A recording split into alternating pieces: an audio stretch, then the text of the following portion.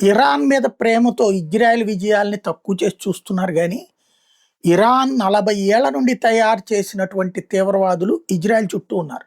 Hamas తుడిచిపెట్టేసింది Israel. చివరికి మమ్మల్ని బతకనియ్యి బాబో అంటూ ప్రపంచం చేత మానవ హక్కుల పేరుతో గాజాలో బ్రతికించుకునే పరిస్థితి వచ్చింది. హమాస్ ఇవాళ నిజంగా శక్తివంతమైందైతే ఇజ్రాయెల్ మీద దాడులు చేసేది కదా! ఏమీ పీకలేకపోయిందంటే చెట్టుకొకడు పుట్టకొకడుగా మారిపోయాడు.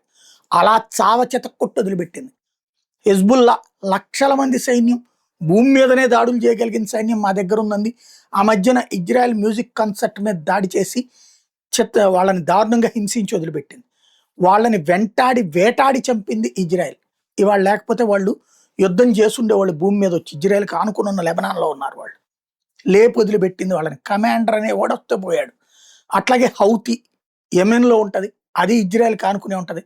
అక్కడి నుంచి షిప్పుల మీద దాడులు చేస్తుంది, అనేక విధ్వంసక చర్యలు చేస్తాయి. వెంటాడి వేటాడి చంపింది అక్కడ ఇజ్రాయెల్. అంటే ఇరాన్ తన చుట్టూ తయారు చేసినటువంటి టైం బాంబుల్ని పేల్చింది, అవి ముందుకి రాకుండా చేసింది. ఇప్పుడు ఇరాన్లో ఉన్నటువంటి కొమైనీని లేపింది ఇజ్రాయెలే, వాళ్ళ సైనిక్ కమాండర్ లేపింది ఇజ్రాయెలే. మొక్తజా కొమైనీకి తీవ్రమైనటువంటి పరిస్థితులు సృష్టించింది అదే. ఇప్పుడు చూస్తే తాజాగా హార్ముజ్ జలసంధిని దిగ్బంధించినటువంటి అలీరజా టంగ్చీని లేపేసింది. అలాగే మిస్సైల్ సైంటిస్ట్ సయీద్ ఖాద్రీని లేపేసింది. మొన్ననే లర్జానీని లేపేసింది.